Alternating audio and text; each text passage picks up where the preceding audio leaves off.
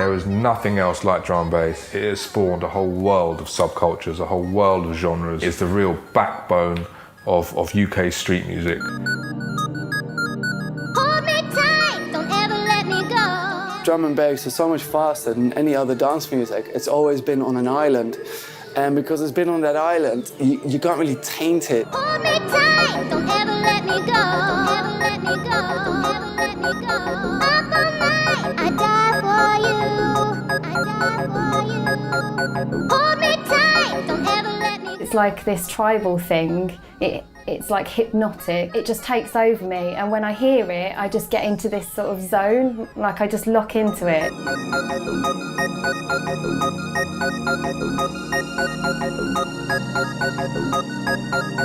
You know, maybe metalers and rockers have a similar bond, but in other types of dance music, I'm not sure there's such a tight sort of lifelong obsession almost with anything as much as drum and bass. Hold me tight, don't ever let me go. Ever let me go. Ever let me go. You can define a movement in drum and bass. I think basically it's culture, isn't it? It started in like a city like where we are now in London, Bristol, Manchester, other big cities where it's very multicultural. You've got all these cultures kind of clashing almost.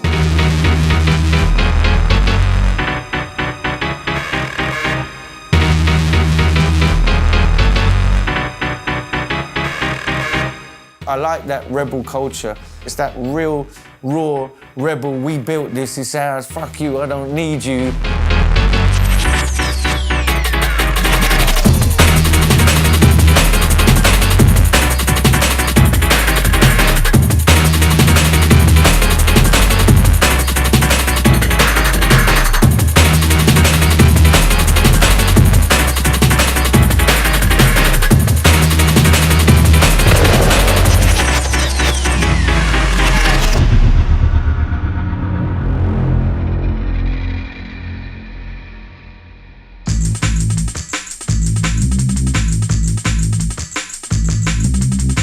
It was a blend of different cultures. It was the bass lines from reggae music, the break beats from like hip hop. It was like toasting from sound system. It was rapping. It was all this UK culture all coming together under one roof. We were sort of born in a generation when that music was actually born. Yeah. You know, we saw the birth of, you know, hip hop, we saw the birth of house, techno. So we've been really lucky to have been around during that time when all those musics not only were born, but with drum and bass, jungle, hardcore, it actually was this, Britain was the melting pot for it to become drum and bass.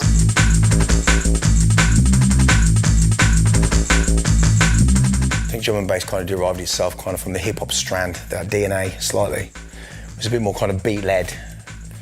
And I guess with most cultures as well, especially music culture, defining it was also defined by the technology at the time.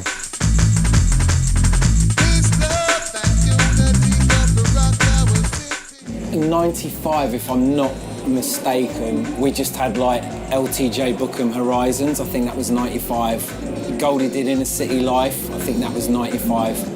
And I think Pulp Fiction as well.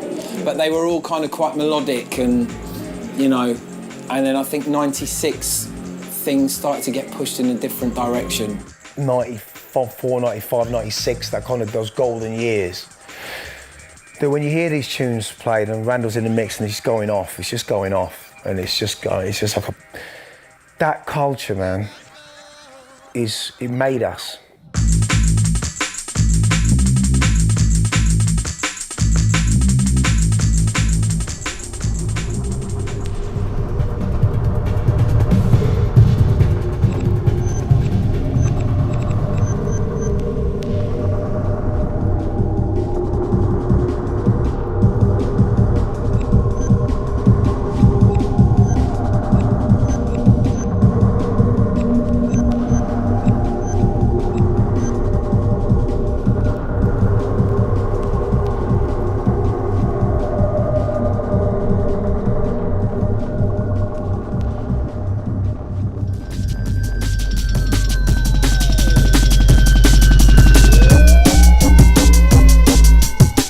1996 was probably one of the most important years in British dance music.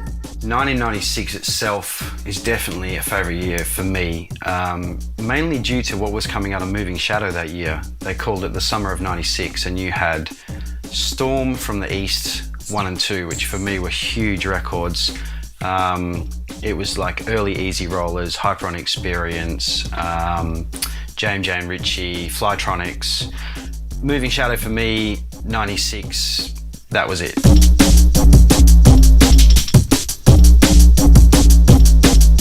There was a lot of really cool weeklies going on when I first got into drum and bass. So there was a point, sort of 95, 6-ish, I was going out Wednesday night to Swerve, which was Fabio's night, and that was, I mean, that's probably one of my absolute favourite drum and bass nights ever. Thursday would be Bar Rumba, so that would be more like the Bristol crew.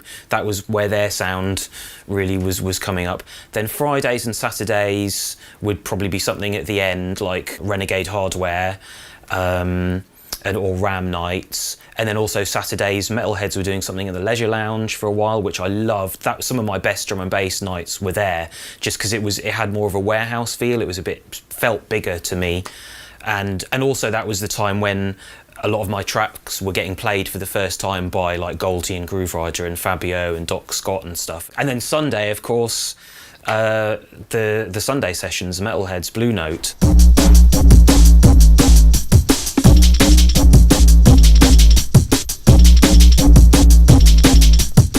Yeah, it was a new energy that came into clubbing, man, and fortunately myself and Fabio were at the forefront of it, and that's kind of when Goldie dropped Timeless, so everything was blowing up because he won some major award, and you know, the whole club night kind of evolved from his album doing so well. Nobody expected it, including myself. I mean, I didn't realise that Goldie would have that much commercial appeal. Putting it into the form of an album and Timeless being Timeless was really just a massive middle finger to people that never wanted to believe in the music. Why can't we make a record that's 21 minutes long? Who gives a fuck? I'm gonna make you fucking listen. From Goldie got signed with Timeless, then, you know, majors come out with, oh, we got to have a Goldie, so they all start sniffing around. You know, I was one of the last to sort of sign to a major. The record label with RCA at the time wanted me to be like the next Chemical Brothers. You know, you gotta understand that if you go back to that era and look at an act like The Prodigy, go and look at all their interviews with Liam, you know, he would always talk about me. You know, he was very influenced by me, my DJ, and I was very flattered, you know. I remember doing a gig for him, I think it might have been about 95, 96, and I DJ'd at Island Ilford. And as I was DJing, there's like a box on the stage behind me, and they kept poking their heads out, going like this. But I thought they meant it, you know, like, all right, mate, like wanker. So I'd be like playing to the crowd, look around and see me, I'd be like, oh, fuck off. And I kept telling them to piss off. And I was getting the ump because I felt like they're really taking the piss. And then afterwards, when I come off, they're like, why are you all annoyed? What's the matter? And I'm like, you lot standing there doing that? They're like, yeah, because we think you're good.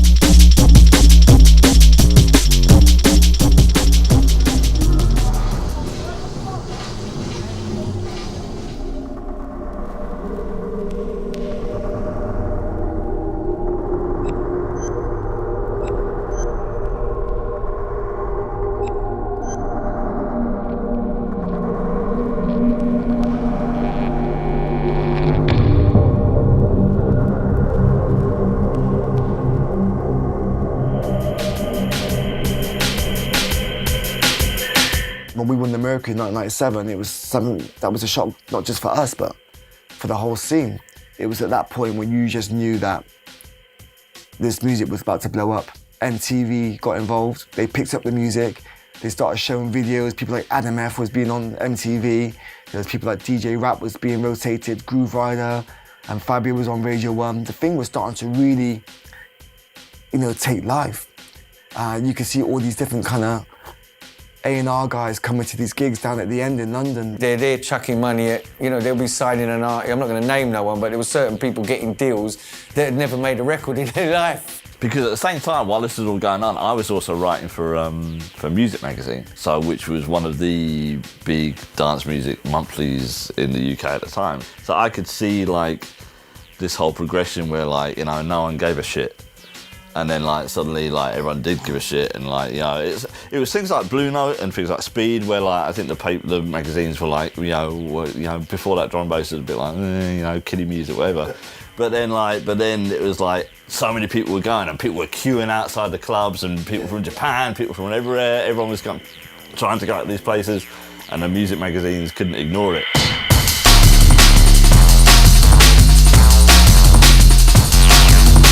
The Prototype years. The Prototype was an amazing label at that time. It was like the flagship label in a way. I know we had Heads and Shadow and all that. Yeah, but Prototype was different. Groove Rider was the tastemaker, and that album, The Prototype Years, for me was when I knew I had to be a producer, I had to be making drum and bass. Just every single tune on there. It covered all styles. Yeah, it was incredible. It was mind-blowing. Yeah, Optical, Bad Company, Drum Sound and Bassline Smith, Matrix. I didn't actually bring all these people into the game, but I would have liked to have thought I helped their careers along the way, such as Bad Company and Fresh and all that. When they brought me Planet Dust, it was like we were sitting in a cutting house, music house, and I just heard it and I'm like, what's that? Oh, it's us. And Fresh was sitting there. It's like, what are you saying? Fresh Prototype? Because I used to, I'm still donning it. Don't get me wrong. If I want a tune, I'll get a tune. But back then, I was a bit of a bully, so I kind of bullied them into it. But it worked for everybody, though. They were doing their thing anyway, but that really set them off again. So yeah, it was a good move. So anyone who was doing anything around then wanted to be on Metalheads or Prototype or one of those labels, They were just putting out records. They were dominating the scene around then, really. I mean, they were putting records out by Dillinger, right? What more can you ask for? The guy was just laying the path for everyone else. I've always seen Dillinger as the master of drum and bass. He's like the professor.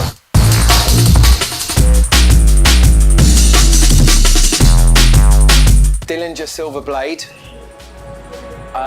It's like Vangelis Blade Runner meets a horror movie. Like the balance of darkness and light is he's like that. Dillinger's just amazing. What can I say? Dillinger's Silver Blade. This was like the ultimate in a dystopian, dark, twisted vision of the future encapsulated in music. Now, I learnt a lot from Carl, and that was a privilege to be involved with him, obviously, because he is, when you say jungle and drum and bass, as far as the biggest ever producers, he will be always there. It was difficult to follow a Dillinger tune, wasn't it, when you were playing out? Someone like Dillinger was a huge influence on people when he was at his most prolific. There are only really two kings of this music. Two poles, if you like. Dillinger and Calibre. Because at both ends of that spectrum, everything in between is us. I've got my daughter of 17, nearly going to be 18. She came in one time and said, Dad, they're playing some really crap tunes on the radio, but I found this tune. Who's this tune there? And it was Dillinger. You know what I mean? It was Nasty Ways, and I'm like, rah! I had to tweet Carl and say, yo, Carl, my daughter's coming with blanging at this tune on her headphones, you know what I mean?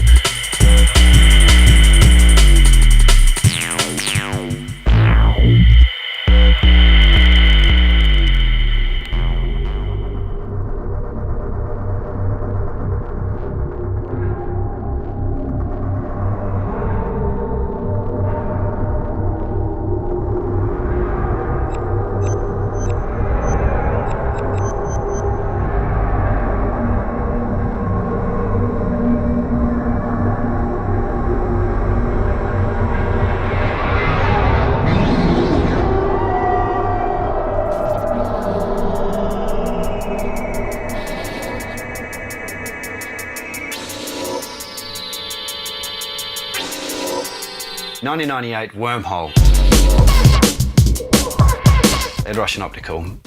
They're still talking about it now. It's nearly 20 years later. It's one of the best drum and bass albums that has ever existed. But I don't think people realise how much other music Ed Rush and Optical made that same year. They put out one of the most timeless albums in '98, but also 1998 was Renegade Hardware.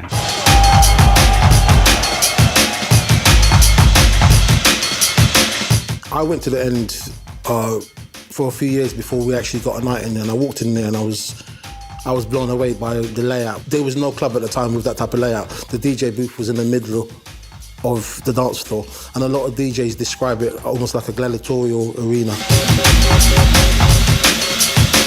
We used to literally every Friday go down to the end, which, like, in my opinion, what is and was the best club. Well, was the best club in the UK, and I don't think anything's ever going to top it. I mean, growing up then and listening, seeing people like your pioneers like Andy C, the Mampiest Riffs, like DJing right in front of you, and that sound system.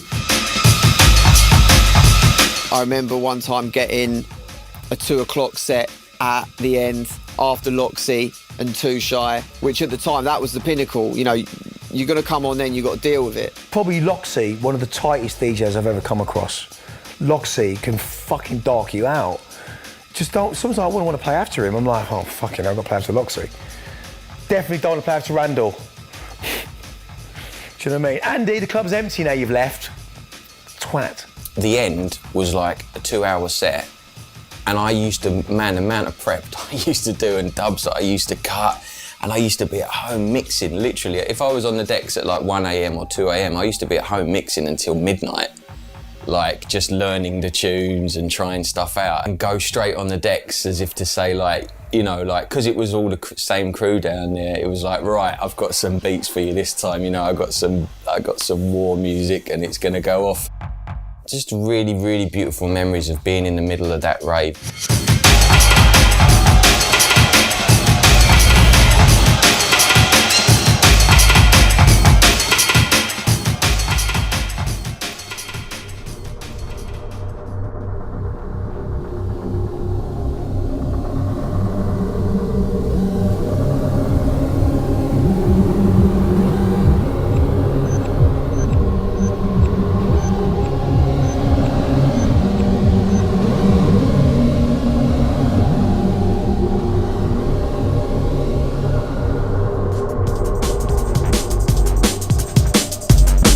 '98 to 02, those 4 years, like you had the Virus Boys doing their thing, Bad Company were doing their thing. It was just a good time. There was good music.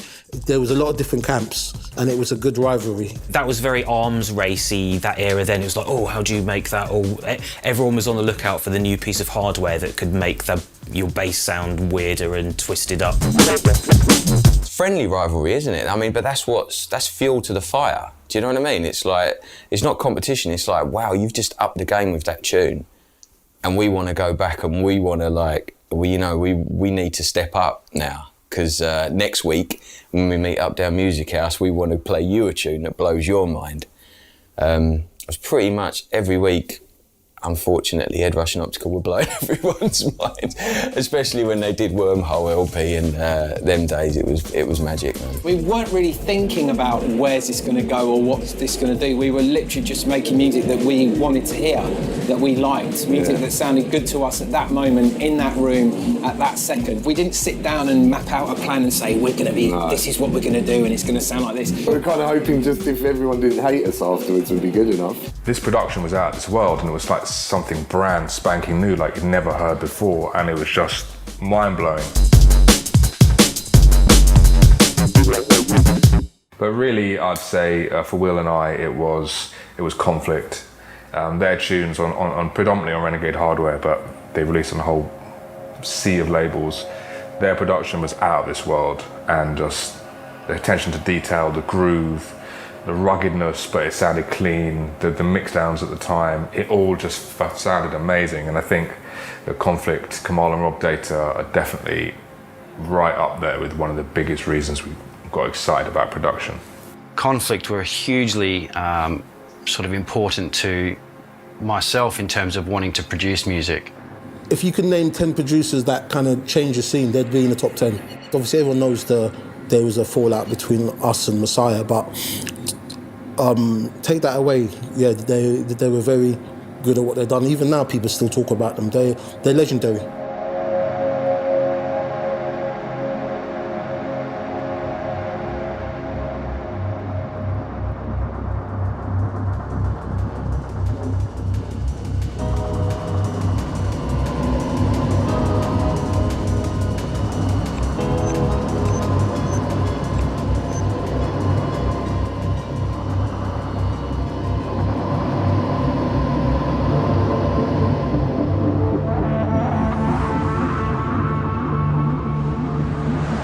around the year 2000, Fabio, who is still the Don, has to be said, he coined the term liquid for this soulful musical drum and bass. Now, I instinctively didn't like the term at first, because for me that there was an explosion and a kind of like influx of generic liquid tunes. However, thank goodness there were producers who stood out from the crowd, like Calibre, like Marcus Intellects. We carry on into 2001, the first sighting of Black Sun Empire. So who are these guys? They're Dutch. There's no Dutch drum and bass, but now there is, and Trace has started a label called Decipher. I really loved that label, like the whole artworks, the artists they had on board, the way they kind of did their whole PR and the whole hype about it. And the difference about that, I think, it was very internet-centric. And in the early 2000s, a lot of it was down to the internet and the way that the internet started to revolutionise the way we consume music and talk about music and find music.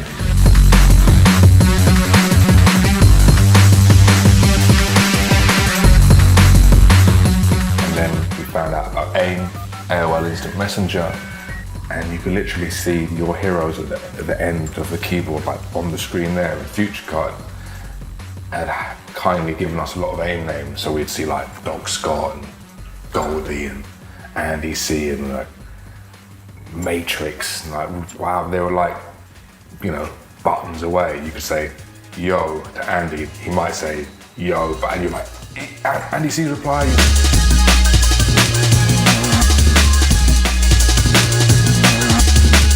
You know, it was just a constant exchange of information, and it was new to us, so we'd spend hours a day just sitting online chatting to producers from all over the world who got your AIM handle.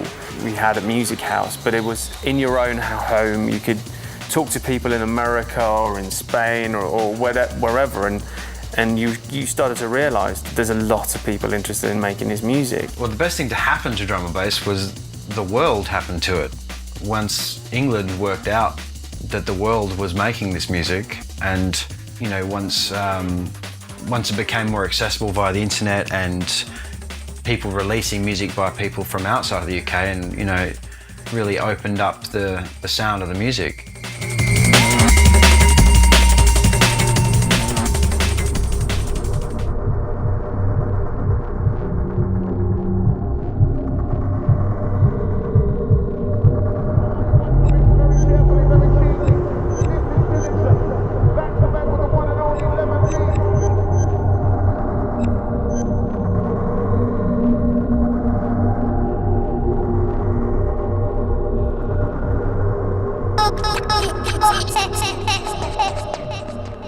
In 2001 to that whole period, the scene was blessed with a lot of big tunes, and it brought a lot of people in. I remember it was around that time where LK got really big, and there were some other tracks, I think Shimon and Andy, Body Rock, around that time as well.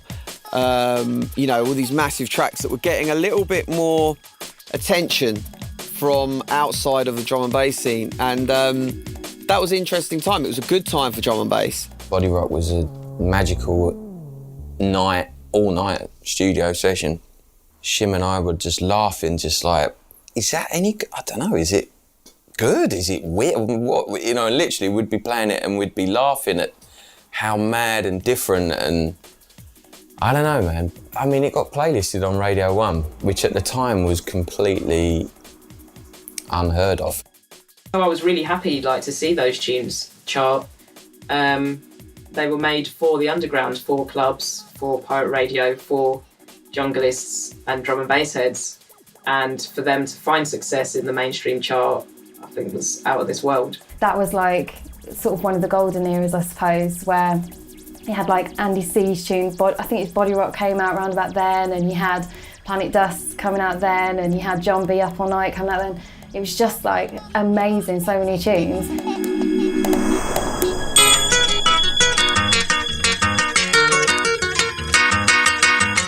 But then obviously, you know, you had the whole Shy FX era as well. when he was doing his thing. You know, I got in with him, done a couple of tracks with Shy FX as well, which is really good. MCs are a fantastic conduit for the DJs and helping that interaction with the crowd, you know, getting the party going. Maybe, you know, if the DJ's in a bit of a lull, pulling them through and getting the vibe across, and also, you know, interacting with the crowd. Hosting, you know, sort of like, we're at the start of the night, I'll take you all the way through the journey. You know, GQ used to do the whole of AWOL, the whole night, 10 till 10. Andy used to come and listen to me in Randall over by Paradise Club, 93, 94 I think it was, when he was a little boy with long ponytail. He used to come over there to check me and Randall out, because Randall's the daddy. Kind of my strategy, I think, of MCing is I go in and I read what the situation is. If I go in and I'm working after Skibbity or them guys there, I know what I got to go and do. If I'm going in and working after DRS and them guys there, I know what I got to go and do. I think when you understand music, do you know what I mean, from where I come from, you know what I mean, you know how to respect it. Absolutely blazing.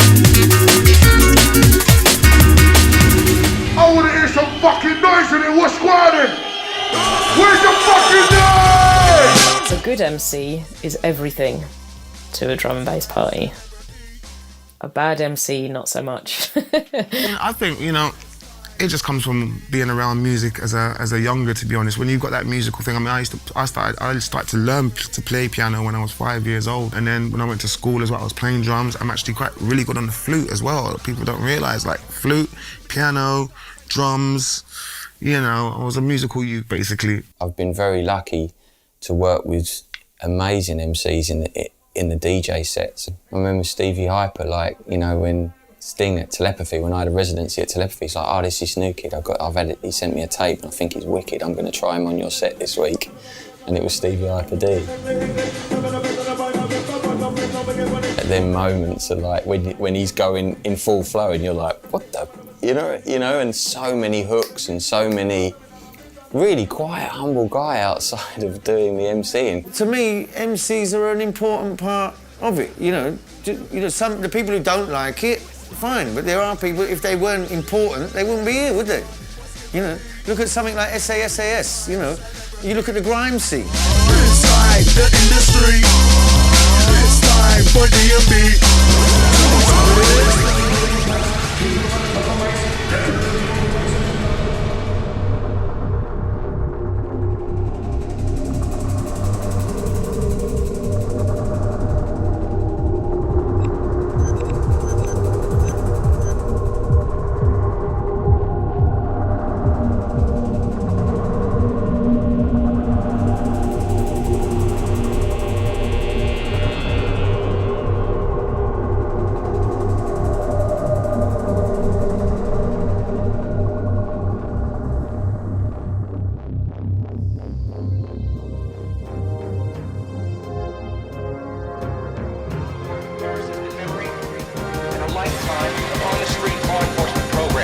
We had a lot of good tunes on Frequency, but if you can distill it into like one fantastic reason, out of Frequency comes Sub Focus.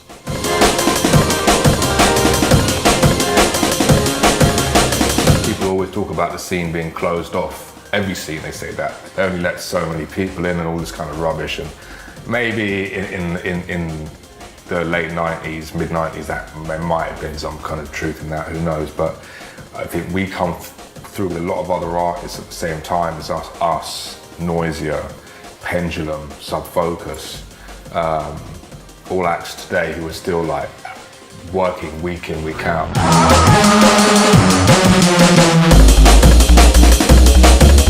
The thing, what I remember about Chasing Status, they always had a vision of not just being pigeonholed as drum and bass artists. They said to me from the get-go, we want to do everything. And at the time, no one was doing it. So a lot of people looked at them like, oh, whatever, it's a pipe dream. You know, you've got to take your hats off to like Chasing Status and acts like that, because like they've changed the game. And they've proved like, if you've got a good drum and bass history, you can make any kind of music.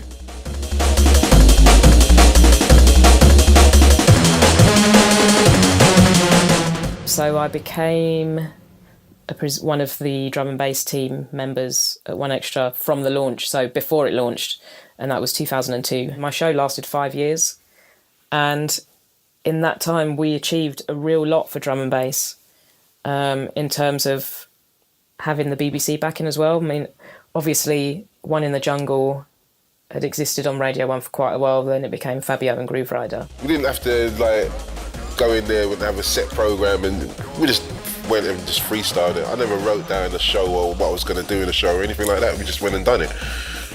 Pirate style, so you know, this is all good. Favourite memory that's not hazy is one show we recorded at my house, and I've got loads of DJ. We've got Sub Focus, DJ Fresh, Goldie, Heist. They were all around my house sitting around and recorded a show around my tables eating Christmas dinner.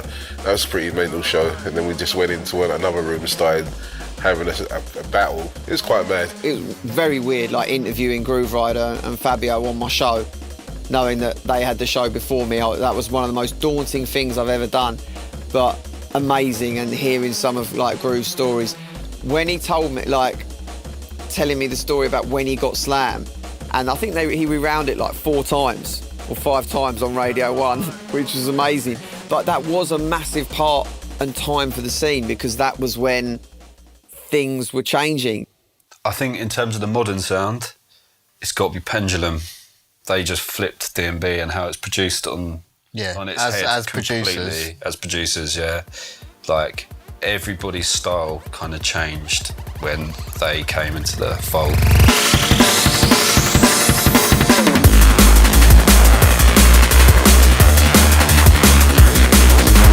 Sat next to Rob when he had Bacteria remix playing in the computer, you know, like, so it's one thing to get the tunes finalised, but when you actually can hear it coming out of the studio speakers, and you're like, how are you doing this? Like, production levels were just on another planet, you know, pardon the pun.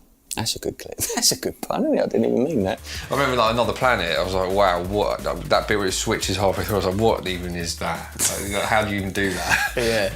What, in our opinion, took drum and bass to like a different place, and you know, they changed the game as far as we're concerned, and like, you know, they're true pioneers of the scene, really. You know, they took digital music to another level. You know, people were just playing about with digital. Pendulum came in and said, yeah, this is what we do, and made a statement.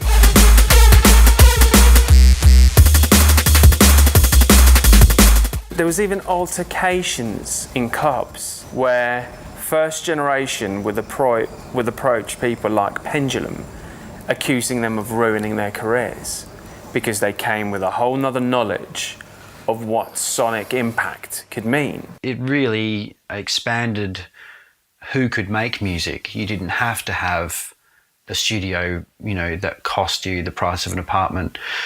And I understand there's probably some resentment from those who made that outlay into hardware and spend all their money on it, but look at the quality of the music that came after that when it became more accessible.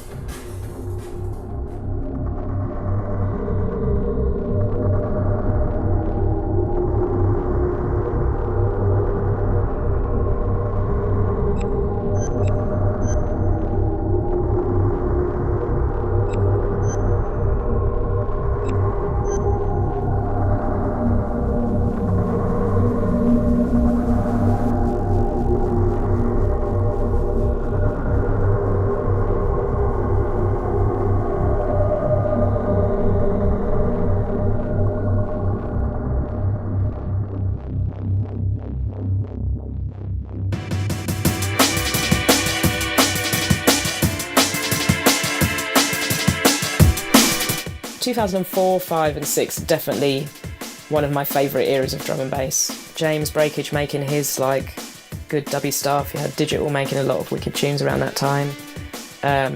All of Caliber's music was amazing and incredible at that time. We started working together in 2004. Drum and bass was in a kind of mixed place. We'd sort of been through the hangover after the honeymoon, as in turn of the millennium. You know, I think drum and bass actually was in a pretty good place at the time, I think. You know, sales were good. Sales were good. Well, although they were starting to die, there was a transition taking at the place where it was much harder for producers to exist without DJing. When we look at vinyl sales in 05, I mean, for an example, in 2003, we could literally release anything on Subtitles and sell between 8,000 to 15,000 copies. And then, you know, everyone was screaming, oh my God, it's going downhill. Like 2005 was like, it was getting hard to sell 5,000. MP3 culture, that's when that all turned around. Before it was dub plate culture. Then it was a case of people cutting dub plates. So you'd be given a DAT or, you know, a CD, and you'd have to take it to a place in London called Music House.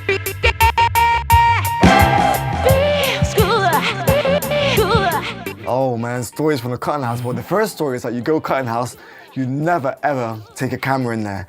So there's not that much footage of what's going on in the music house. Never ever move from your queue. Don't matter how hungry you are, you can be hungry for days. You could be in there, once you get in your queue space, never move because you'll lose that spot. So I was kind of, I had a love-hate of the dub plate days. You know, the dubs itself I loved. The whole meeting up there and being part of that used to, sometimes, I'm not the quietest of people if you ain't noticed. So therefore, if somebody's giving an opinion about something that I don't agree with, rather than sit quiet and go, you know what, it's nothing to do with me, just sit there, well, you know, I'll get involved. I used to go there in my head, like, don't get involved in nothing. You know, just sit there, you're in a rush, but I can't help myself. The music house days were amazing. Trying to get there really early so that I wouldn't be waiting all day. And, you know, because if you got there late and then Groove Rider waltzed in and he's got his Radio 1 show later or something, you're like, oh no. He'd just walk in and he'd have a bag of DAT tapes and CDs. You'd know that you weren't getting seen for a long time. Used to be like a DJ's club. Do you get what I'm saying? Our own little internal club where we just sit and talk about music and swap music and exchange, and you know, that aspect of it is really lost. So yeah, Music House was like, it was like a community centre where you went to get inspiration, smoke some great weed and hear all the latest tracks that all the other DJs were get cutting. a few of them as well, if you could. And everyone be on the phone outside trying to call Dylan, just saying, Groove Rider just turned up with his DAT, can we cut the track please? Be like, nah. I think 2005 was probably right at the end of that. That was it, when everyone started using CDs. So dub plates were great. They smelt nice, they were nostalgic, they cost a hideous amount of money, and we never really delved into that world too much. While it may be sort of looked upon in an air of nostalgia, to me was detrimental to the progression of drum and bass. If you had to spend 35 to 50 quid on cutting a single record just to be able to play it, it just slowed the process of everything.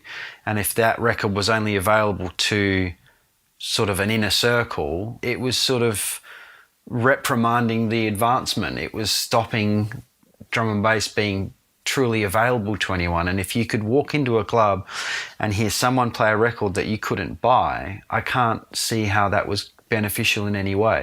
It's not reggae, it's not sound systems, it's drum and bass, it's incredibly technical digital music made in a digital environment, and then the people were demanding that you use sort of decades old technology to perform it. It's not a question of vinyl versus CDs, it was a question of dub plates versus CDs.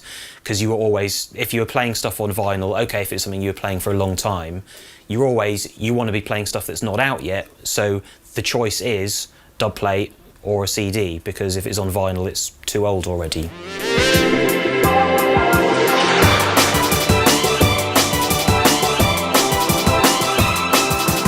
I'd grown up watching Randall, Andy C, Hype, whoever. You know, I was going to clubs and sitting there like trying to get near anywhere I could watch them actually mix, and like that was a big thing because it was all about vinyl to me. Then what was happening is I'm playing in clubs where 90% of the DJs now play CDs.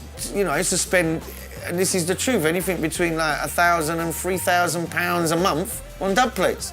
And, you know, you turn up at a club where you've got a big poster with your face on the door, Hype's there tonight, and you turn up and the local guy's on playing his CDs, and the crowd's kind of there, but really they're waiting for you. And you're there, all, you know, they'll start shouting your name a bit, and, you know, like, ask when you want, you're gonna smash it. Then you go on and you're the man, you put on your first mix, because it's needles are jumping, you can't actually do the mix, so everything's jumping, you feel like a complete arsehole, and those kids don't go, yeah, what it is, the sound engineer didn't set it up, they just go, hey, shit, he can't mix, he's rubbish.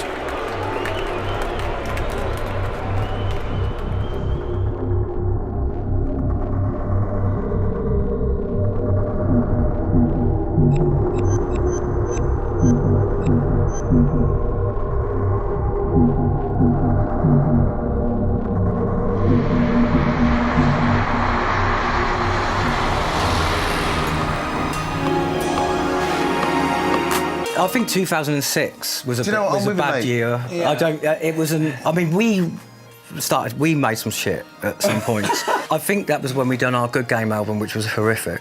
Yeah. If I'm honest, it was Yeah, just not. yeah. Because we just was partying a lot. 2006, when we started med school, hospital had grown to the point where it was now approaching the edge of becoming a mainstream independent label, and I wanted something with no pressure on it, something where we could really experiment. Global Gathering 06 for Pendulum was a huge one. We swapped sets with Frost, I think, and we played last. It was broadcast on Kiss. It was, you know, that was a big moment. Playing at Fabric, our first sort of real live show was at Fabric, again 2006, and we seemed to play there quite often throughout 03 to about 08, and you know, Fabric's a staple. It's been there since 99. It's guaranteed it's going to be full on a Friday, and it's going to be drum and bass, and it's going to be good.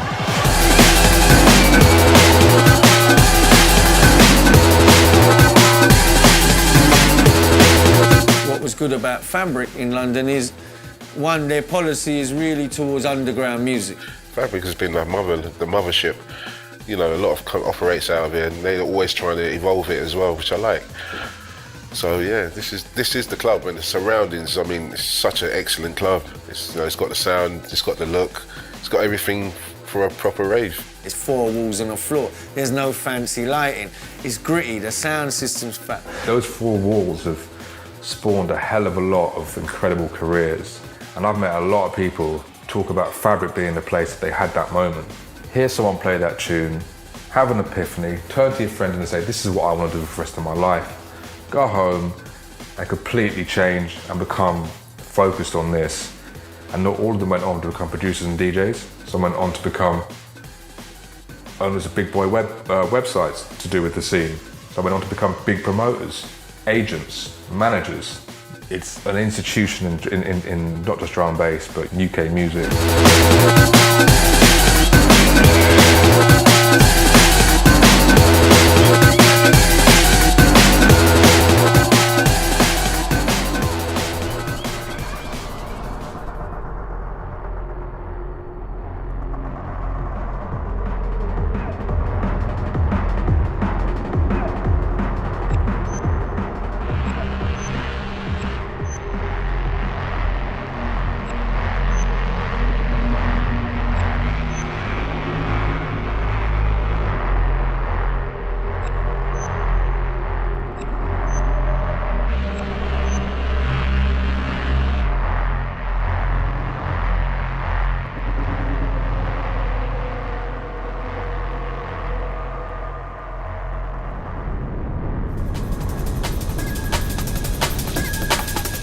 In 2007, I was a bedroom producer, and then I released this album, and kind of everything went crazy, and I went on tour, and the music, like so many cool artists out there did fresh kind of music, like the digital revolution kind of thing.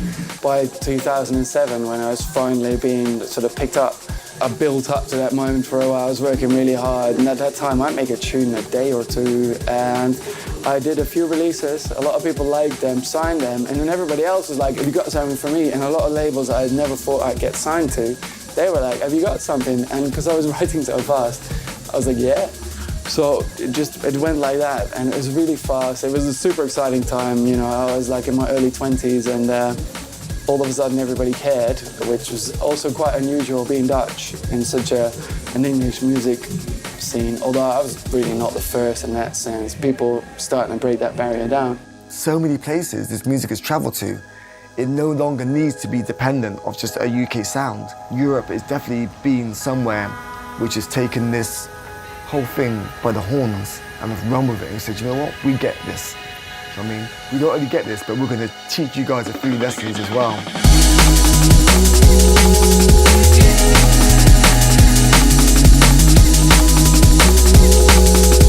Honestly, I had no idea, but I knew drum and bass was, you know, starting in the UK, etc.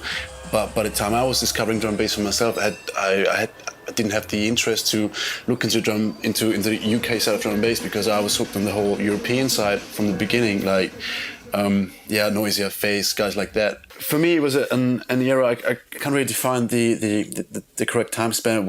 For me, I always call the subtitles era. You know, when Noisia was starting out, Hubcap, that kind of shit. Oh yeah. And when, you know, Phase, Hot Rock, and then Misanthrope came along with Viperfish and all that shit. It was just gold. Yeah. Gold. Big up TB on signing those people. I did put quite a big focus on actually signing non-UK acts to sort of bring it through. You know, I had the first releases from like Noisia, from Phase, and yeah, it was good times.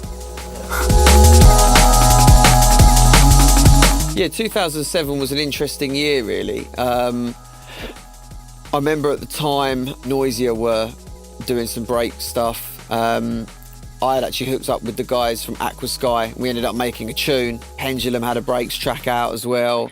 And yeah, it's interesting. I think people were starting to experiment more. I think Zinc around that time as well, he was making more sort of like breakbeat kind of stuff. Obviously Zinc's an absolute legend, from writing seminal tunes like Super Sharp Shooter to doing different genres like 138 Trek, Funky and Go DJ, and basically started up this bingo imprint, which is fundamentally Zinc just doing what he does but a slower tempo.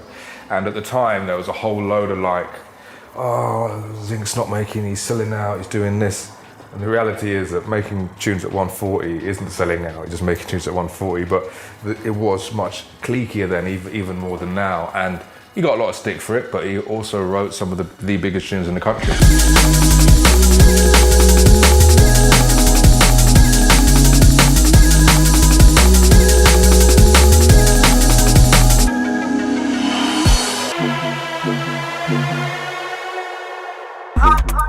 I think the dubstep movement is inevitable to come off the back of 140 BPM bass music, because dubstep had lots of elements from drum and bass, with the bass noises, the kind of levels of production, the fat drums, but just kind of slower, and it had all the kind of production levels and quality that previous music might not have had.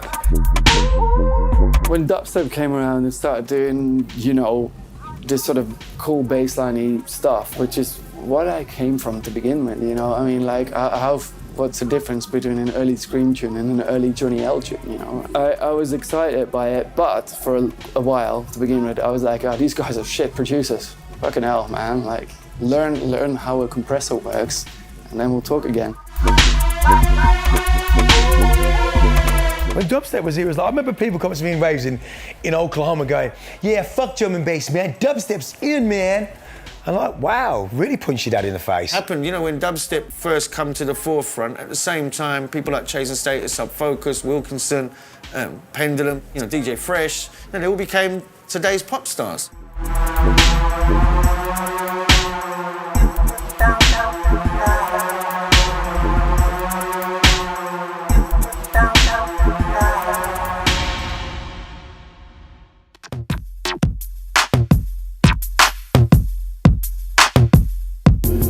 Chart success, and especially chart singles, was something we never thought about. We made albums. We weren't... The record companies would say you need singles, and we'd be like, we're just going to make an album, pick what you want. So anything that kind of got popular in a mainstream sort of crossover, like I guess one of our tracks, Tarantula, it's about going to a funeral. You know, Propane Nightmares is about a cult. they weren't targeted at a sort of mainstream audience. That's just how it worked out and was bewildering to us at the time. Our first top 10 was with Plan B, End Credits, 2009, and that song was all about dying. I think if we, not just Chasing Status, if we'd have all tried to make music to get on the radio and on the charts, we would have failed, and it would never have had the opportunities that it's had. You can see when people make tunes that aren't like them for the radio and it doesn't work, and it doesn't chart or anything. It happens in drum and bass and has happened over the years where you can always find some wicked music and excellent music, but there are just these little time periods that kind of pop up every now and again where you think, bloody hell, I love this. Autonomics changed the game for me in terms of drum and bass.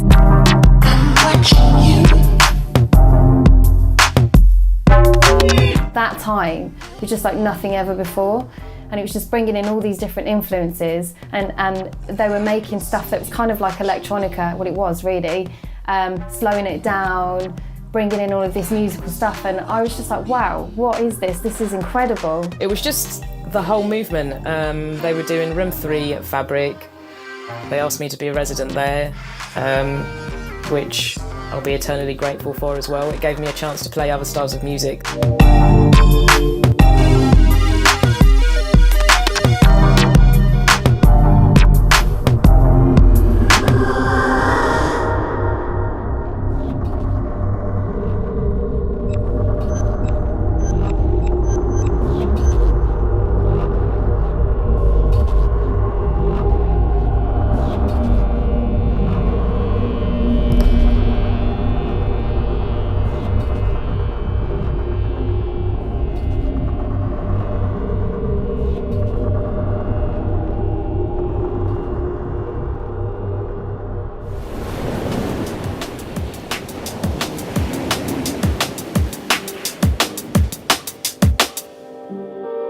2010, it was. I guess it was a bit of a game changer for us because I mean, we all like the Bad Company stuff was stuff it was. Yeah, we used to love that. We used to love it. We used to, we still look up to Fresh as an amazing producer, and we just got in touch and he was interested in what we were doing. So I remember at the time we went down to his. He used to have a studio on like a riverboat. Where was it? Near Chiswick. Chiswick, yeah. And so we used to go down there and like you'd be in the studio and it's probably a room not much bigger than this, and he would have the tunes up so loud you couldn't talk to him. Like you had to literally shout in his ear, and then you'd see a duck swim past the window. It was quite a surreal experience, but Dan showed us a lot of support, and he really did have our backs from day one, and so did Adam F as well. I mean, Breakbeat Chaos was still really strong then. And yeah, kind of the artists that we both always. I mean, there's a hell of a lot of artists that we look up to and inspire us, but I still think at that time it was Adam F and Fresh. People like DJ Fresh, I've always got to take my hat off because he's always changing stuff. His success kind of speaks volumes, really. Do you know what I mean? He's always up for trying something different, whether that's going down a commercial route or whether that's doing something that's a bit out there and kind of strange. But I think that's what we really respected. I've seen Fresh take a lot of flack, but he's one of the only guys who's actually walked the line, truthfully, within the game of D&B. Went into the pop thing, broke Rita Ora, made her a worldwide star. Right? Broke her. Still plays fucking music. Why? Because he's fucking good. I'm not particularly a DJ, to be honest. I'm more of a producer. More of an alchemist that puts great sound together. Catch me in the wrong day, I can't mix a fucking salad. Do you know what I mean? But play a few tunes though. If you catch me in the right fucking mood, maybe. Do you know what I mean? There's people that can really do that. I mean, the Randalls of this world, the Andy C's of this world, that can really fucking roll out. Spirit can fucking roll out. Really roll out. Turn me inside out. Same as Storm. Some people have great selections, others don't. My favourite guy to listen to is Break because of the ebb and flow of his sets, because of the style he represents and because of how understated he is at times, and he can make the most sort of like, in someone else's set, a common roller. Just go off. Yeah, he's like the antithesis of what DJing has become for a lot of people in terms of lowest common denominator, emphasis entirely on the drop.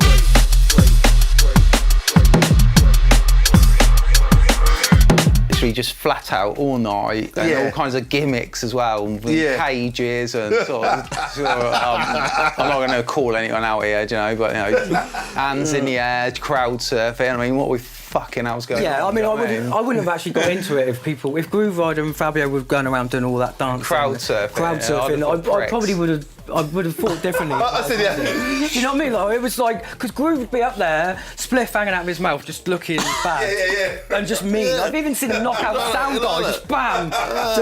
But, you know, he's not, it weren't about him, but it kind of was, if that makes any sense. Do you know what I mean? There was no sort of showman sort of thing going on there. Yeah, I said the other day, mate, if Fabio starts double dropping and that, I'm fucking finished, mate. I'm giving it up. No, look, straight face, giving it up. Yeah, maybe it's interesting. Maybe there's not as many DJs with unique styles nowadays, you know, in a sense of like a DJ having an identity where you can tell it's that DJ on due to maybe the way that they'll mix or blend a tune, or the way that, you know, that we'll always get through the breakdown and then it'll be a lovely smooth ride at the end to segue into the next tune, or whether it's going to be like boom, boom, boom, hammers at all double drops, or whether it's going to be cutting in and out. I think DJs have a fucking massive responsibility to be dutiful. I love the fact that when we're there and Andy's playing, Andy will still have to draw out a tune on us. He knows he does, don't you? He knows he will. He'll have to draw a tune out, and he will. And he'll fucking draw it out. Executioner. He'll draw out some proper fucking D&B. Love hearing a fresh tune get drops. I love it. A man that can still roll out a fucking tune and hurt people. SS still going strong, SS man. still going strong. Touring the world more than anyone, man. It's absolutely crazy. It's nuts, It's man. It absolutely nuts. doesn't get a mention. Like, the guy works so hard. Yeah, non-stop. And he ran one of the biggest, most influential drum and bass labels ever. He's signed every artist. He's signed something pretty much from every big artist the last 20 years, man.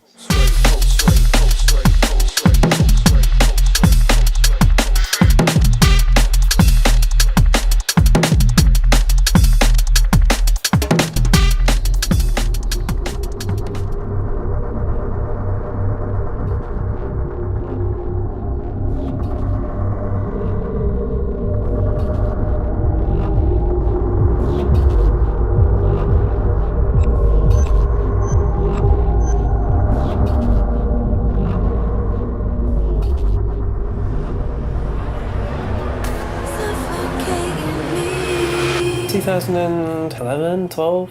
It was just like every release that came out was just awesome. And even if it wasn't something you necessarily liked, it was still cool. It still sounded different. Every time I DJ'd, there was fresh music to play that was great. Subfocus was putting out records, Chasing Status was putting out amazing records, TC was putting out amazing records.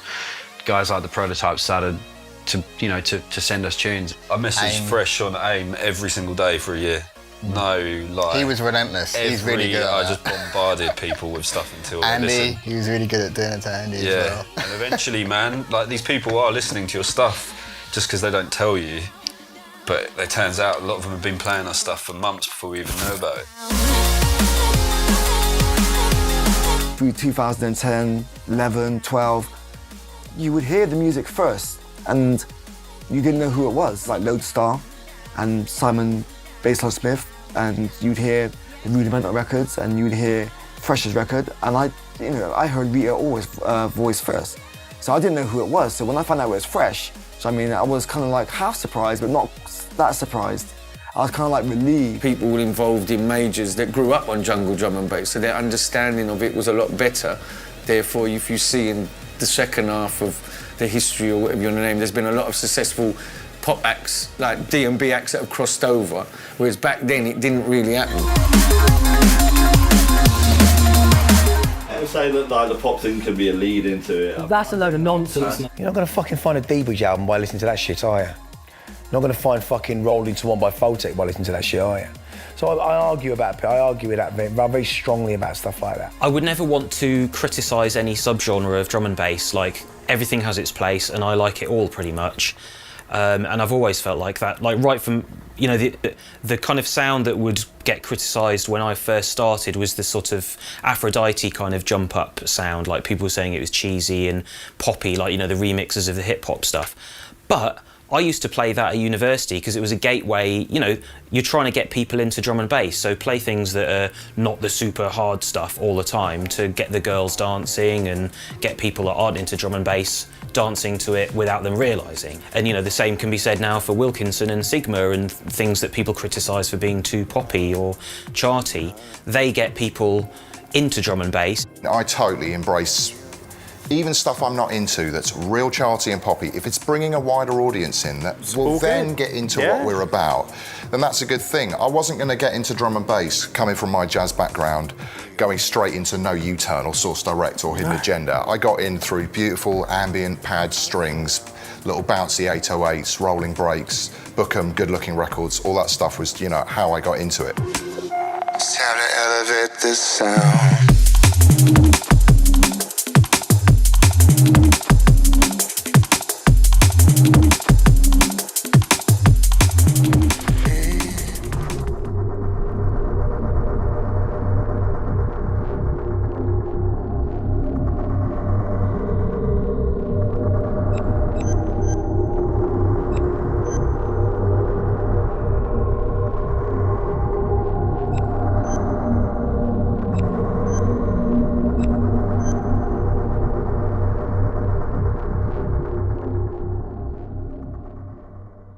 We a killer bubble up again. Got the things on lock and again. Double take 10 shots and again. Dip on a old pants on them again. Man I dash them, I like them again. Recover that iPad again. Man I'm ready for the war. If it comes on top, coming down feels frightened again. Say 2013, 12, maybe just before. It was an amazing time for music where you just go in and say, I'm going to play some music, listen to it, you know? That's ultimately what you want to do. I remember talking to the Ivy Lab guys about 3 years ago, and they were like doing this thing, and it was like, we'd do shows together and they'd play it, and I'd be like, I don't know if people like it, but it's really good, but like, you're brave to play that much of it. And, you know, we started to play more and more of it, and obviously they're the champions. As far as I'm concerned, they're very much the champions of it, along with people like Alex Perez, Darren Debridge. I think he's a big proponent of being experimental within drum and bass.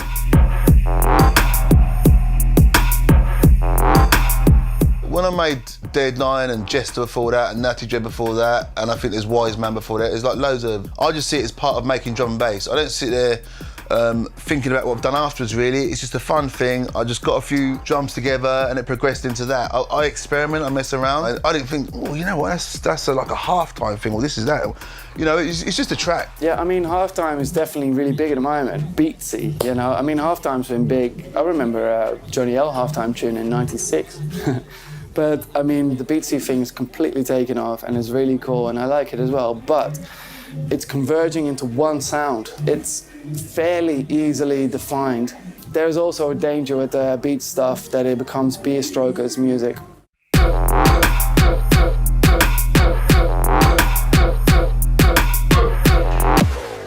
That is what 2014 to 2016 is for me. It's about letting our older generation of fans know that we're still here, and this younger generation of fans know, do you know what? We didn't just come yesterday. Obviously, Ronnie Size. He took it from jungle to the mainstream, really, but still just kept it. I mean, it kept it massively credible still. There's room for everyone. I believe that everyone should, who's being a part of it, if they want it, they should have a piece of it, because it's great out there. You know, like, who doesn't want to go and play in front of like 20,000 people at Glastonbury on the main stage? Who doesn't want to do that? That's the biggest party in the world. Do you know what I mean? So, you know, don't let it just be because some A&R man out there, you know, had the great idea to do this. Because if you are specifically writing drum and bass music with the mindset of wanting it to be commercially viable, it's going to not end up sounding like a drum and bass record, or it's going to end up being corrupted by your vision. When you look at this scene and all the people that have helped to take this scene to where it is, you should understand that what you're actually playing on the radio is a segment of what the rest of it is. And the only reason why when that music will be credible is when I'm fucking dead. When that music that they're making is going to be credible. Because I feel strongly about that. Gentrified drum and biber bollocks. Mainstream popularity in drum and bass and chart positions in drum and bass, I think it's awesome. cool. You know, Rudimental had a charting drum and bass tune that has a trumpet solo in it. I don't know how the hell they pulled that off. Song-based drum and bass versus cynically created pop drum and bass. A bit like The View by DRS and LSB. You know, amazing song, just like should easily be number one. You know, and in people who knows hearts, it is number one, and that's the thing. Sigma featuring Take That. Now, that's not done through love. It's a kind of construct. It's a functional process to make money. It's not done because it's what you want to do and you love doing it. It's not like we set out to kind of, it wasn't like there was a hit list of people for us to work with. But, you know, as we progress and as like we get bigger with the music we're making, you know, the artists we're working with get bigger. And, you know, I think for us, if the music's good, it's you know, it speaks for itself. It doesn't matter what you make. I mean, we wouldn't ever want to compromise what we were doing just to work with one of those acts. You know what I mean? And for us, it feels like a Sigma track following on from the other tracks that we've done. So, you know, from our perspective, that's why we kind of did it, and it feels good. I wish I could make a drum and bass record that was like really commercial, that would like cross over. It's never gonna happen. You might get a little bit of radio play on Radio 6, great, that's all I need. Remember Marina City Life never went in the chart. It was like something like in the top 30 or something. You know, in today's terms, that's a real disaster. It doesn't matter, does it? It was voicing something. This is one of the downsides of pop drum and bass, is that young producers see that as an entry point. However, a lot of people will always be making anti-establishment music. What I find in the last few years, which is fantastic, is the underground, you know, like if you look at other genres of music, especially in the UK, British-born ones, where they're born out of the underground, they become big, then all the artists within it at the top end go on to have pop success or commercial success. And then what happens is everybody leaves the underground, like they fuck it off. And then that's fine when you're having commercial success, but as soon as commercial success disappears, it can be very fickle, in the end it's gonna die. Now, without an infrastructure on the underground, the whole scene dies with it. You know, if you look when garage was as big as you could get, but when it died like overnight. Same with dubstep, when it died overnight. Every few years you get another genre to come in, it's huge, and we get kind of sidestepped, oh, what, you still doing it? But our music is, because we've got an underground infrastructure. We're in this thing together. Neither one of us pretend. Naturally progressing, and we'll be here till the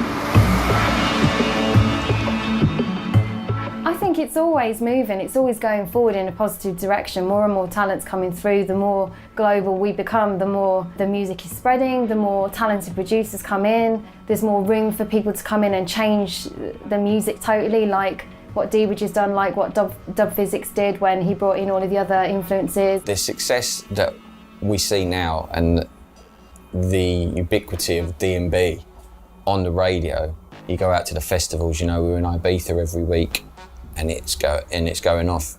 Them foundations are laid by the entire scene. Everybody influences everybody, and everybody's laid the foundations for the success of drum and bass today.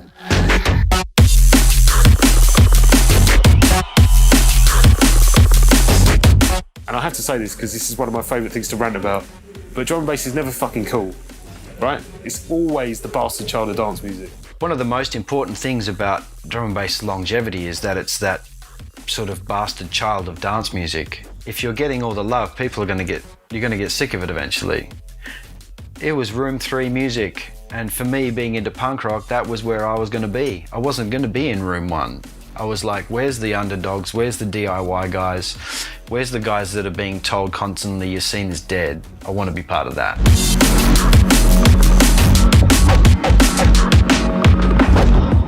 To get into it, you have to care about the music, and you're proud to be involved in something that you know is so cool and so awesome and different, and you're not like you're not following some fashion and that's going to change. You're into something that's really meaningful and different and interesting and creative, and not like sell-outy, cheesy crap. It's been around for such a long time, and there's been so many sort of prolific producers coming through the scene and keep coming through. You have acts also that break into the commercial world and make the sound even bigger to a bigger audience. So it's kind of like, occasionally an act will break through and, suddenly you'll get a whole different audience listening and hopefully coming to the drum and bass clubs.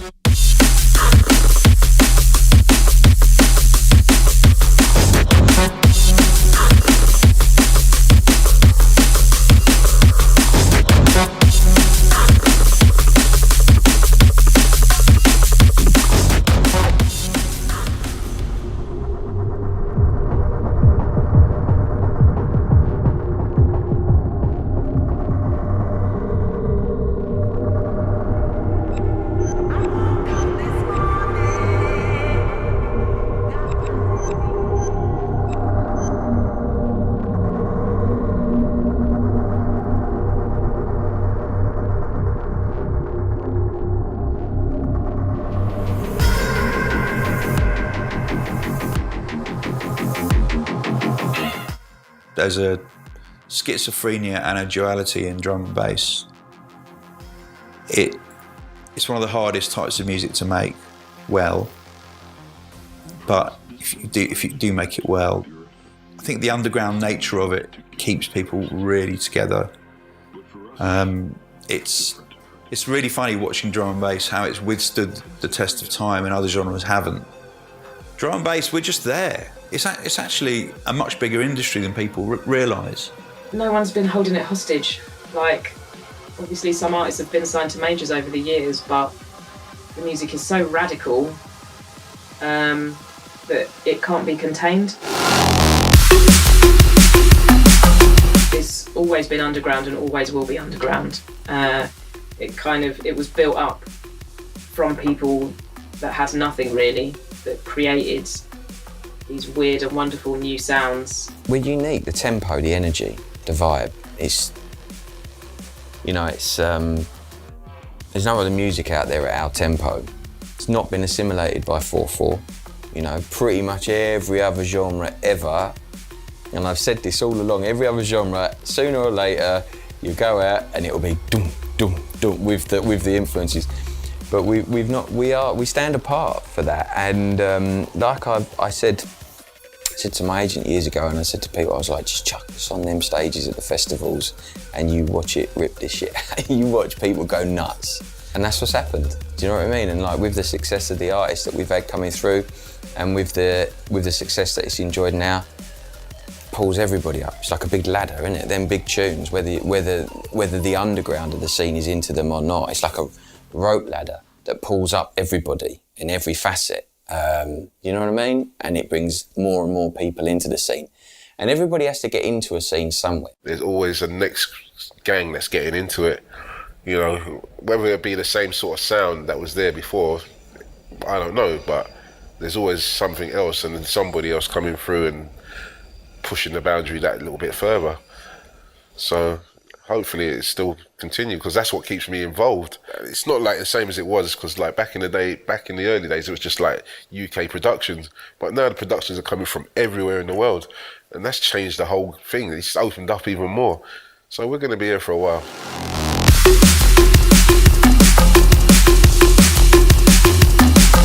I do hope young kids come up and show the old ones what's possible, and I don't know. There's a happy future for us, of course, and I think there's too many people, cool people, honest people, loyal people, and too many great minds out there. So I see very positive, and yeah, we'll see, we'll find out.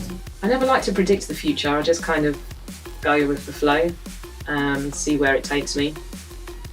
There are things that I'd like to see happen with the scene itself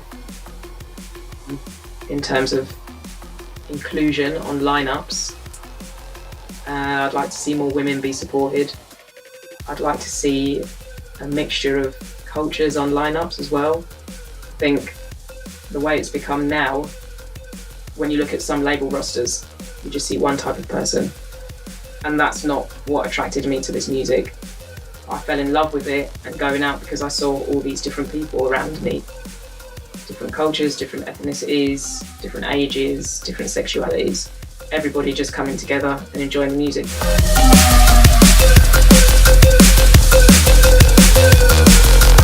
There is something else now to happen. In fact, I think right now we're at a point again where we can really break it up if we want to. Beats is a really interesting sort of thing at the moment. It will go other places as well, but it really leaves some space, I think, at the moment for someone to be invented within it. So we'll see. It's being videoed.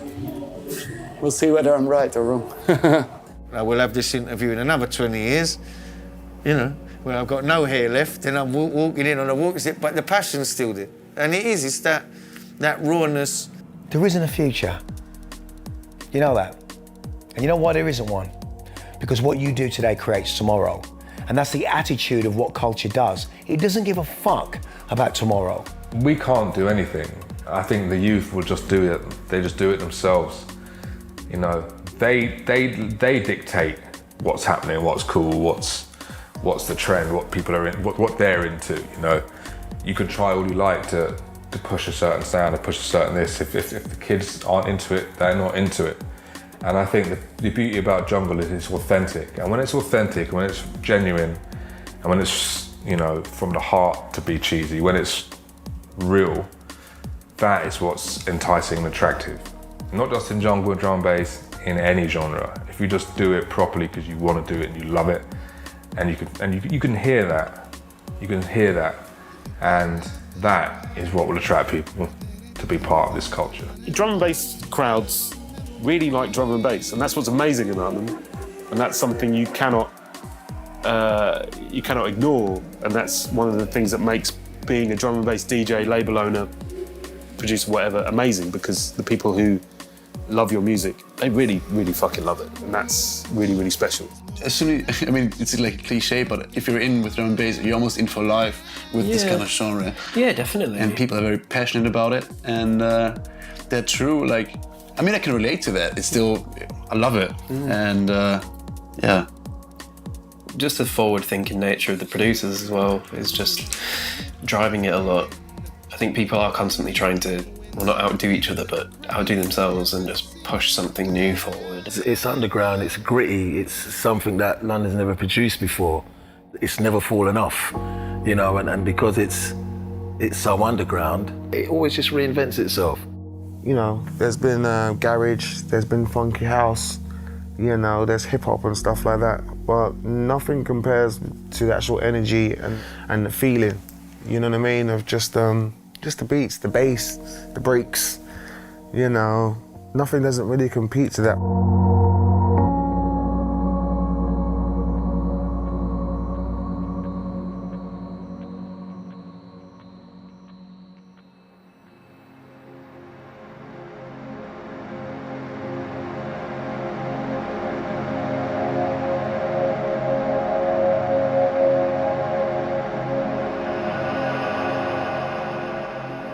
This music, for us, always like makes you, it's a physical reaction as well. You can see people scrunching their faces and nodding quickly, and you get it, you're on the same kind of vibe, it just touches you somewhere else. And I think, you know, drum and bass, jungle did that to me, did that to Will, did that to us.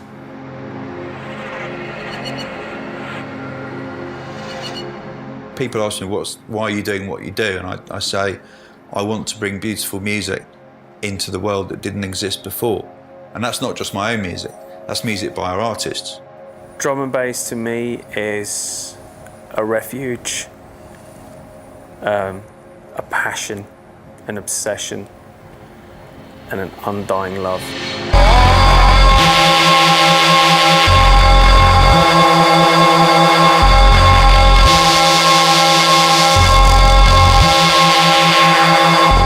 and bass is my life. Drum and bass to me is everything. Drum and bass to me, at one point I would have said everything, quick as a flash. Drum and bass is life.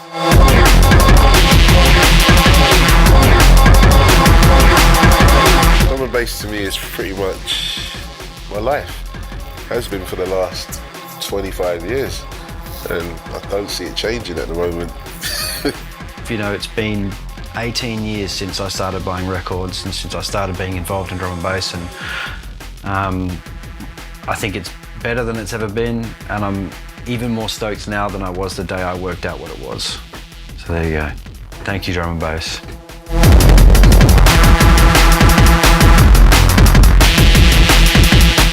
To me, drum and bass is everything. Permeates every minute of every day.